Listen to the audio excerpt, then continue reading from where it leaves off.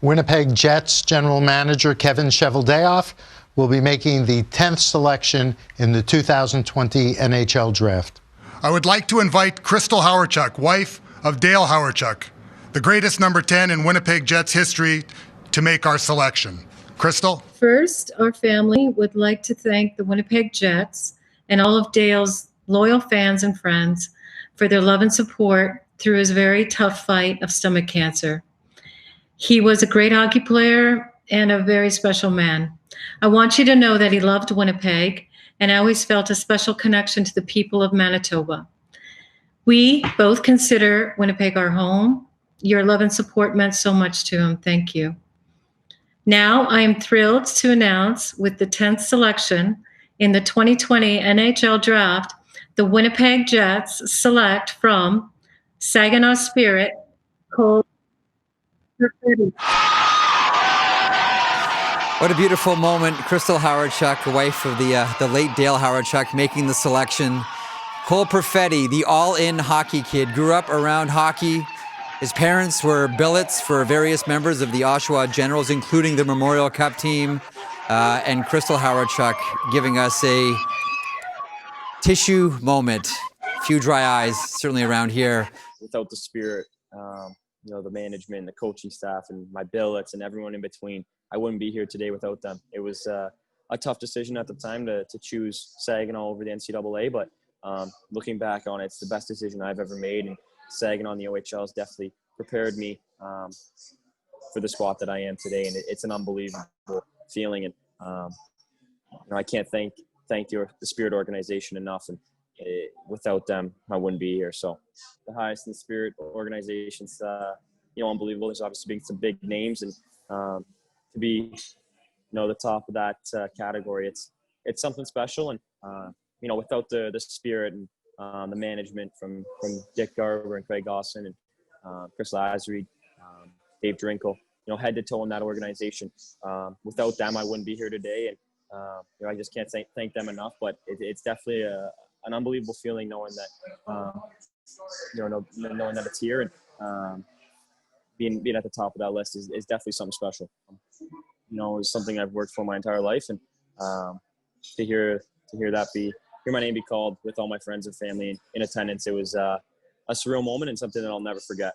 To hear them cheer when I was picked, it was the place was kind of shaking, and it was so loud. It was amazing, and really felt good to know how much support I really have. And it's unbelievable knowing that these people care for me and care for my career so much. And I can't thank them all enough for being here and for everything they've done over my career so far and up to this point.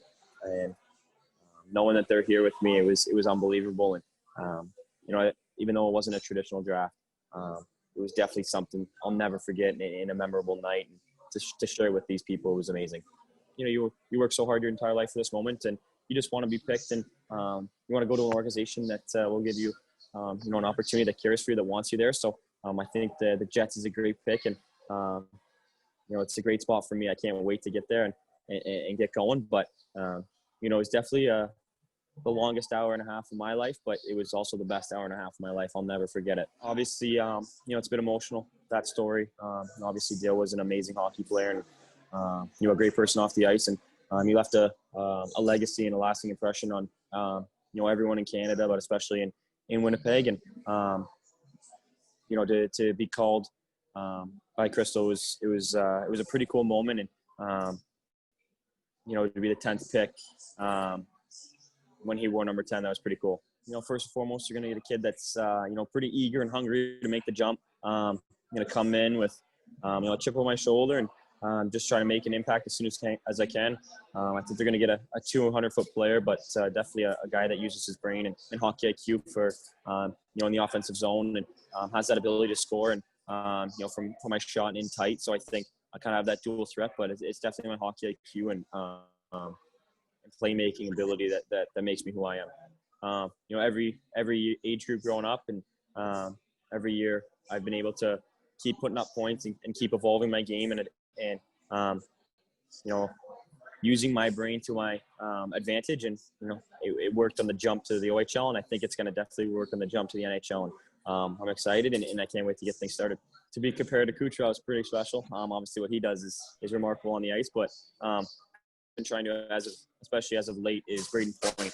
I think we play a similar game with the way we use our brains in hockey IQ. We're not the biggest guys, but we definitely use our playmaking abilities to get around the ice and be impactful. So I think I've been trying to emulate my game like him. I've been picking out parts of his game and trying to put them into mine. And what he's doing the last year, and especially in this playoff run, was goes to show you how the game's going and how smart and how fast you can be and how dominant you can be when you have those two. So I definitely think I play a little bit like him and try to emulate my game like him. What he does on the ice is awesome. He's a great player and seems like he's a great guy off the ice. I already got a text from him, welcome me to the organization. So it's great to see guys like that. Really feel welcome. Be able to come into an organization and be able to play with guys of his caliber, it's special. He's a great player, and the way he thinks the game, the way he plays, he's a real true pro. And I've been a big fan of his for many years now and admired his game. And he's a great player, and it's going to be surreal being able to hopefully suit up with him.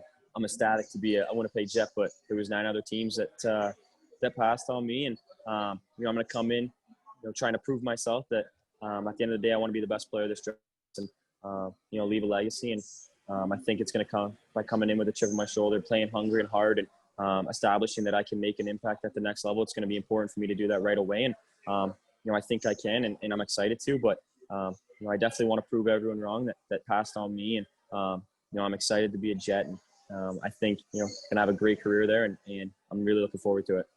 The way I can, my brain works in the classroom or even in a Rubik's Cube, I think it definitely helps on the ice. And, I definitely see a correlation with, how, my academics are and how that directly correlates with how fast I process on the ice and how fast I can think on the ice.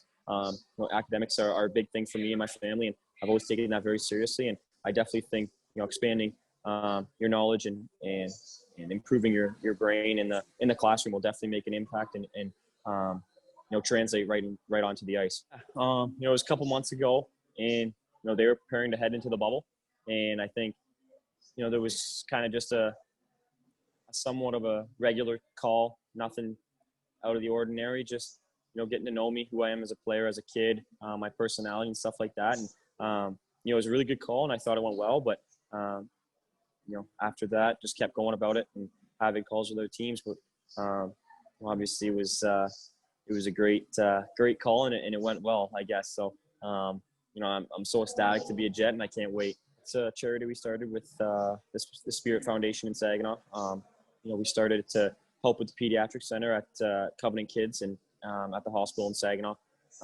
It breaks my heart to see the little kids suffering for something that they didn't do. It's not their fault, but yet they're going through hard times. And I was fortunate enough to be blessed with great health so far to this date. So I always want to give back to kids that were in need. And we've started this organization, Vets Friends, to raise money, raise awareness, and give back to the community, but especially to the kids at Covenant Kids, to allow them. One thing we bought was a gaming table. Is essentially just a massive iPad that many kids can play on at once, and just little things like that we can hopefully get their minds off of being in the hospital and bring somewhat normality to the hospital for these little kids, because at the end of the day they're not living a normal life in there, and it's really hard to see, and to bring a smile to their face, it really makes their day, and it's the least that we could do. And I just love giving back to that Saginaw community. They're a great fan base and great spot to be. So that's something we started this year, and I look to continue that.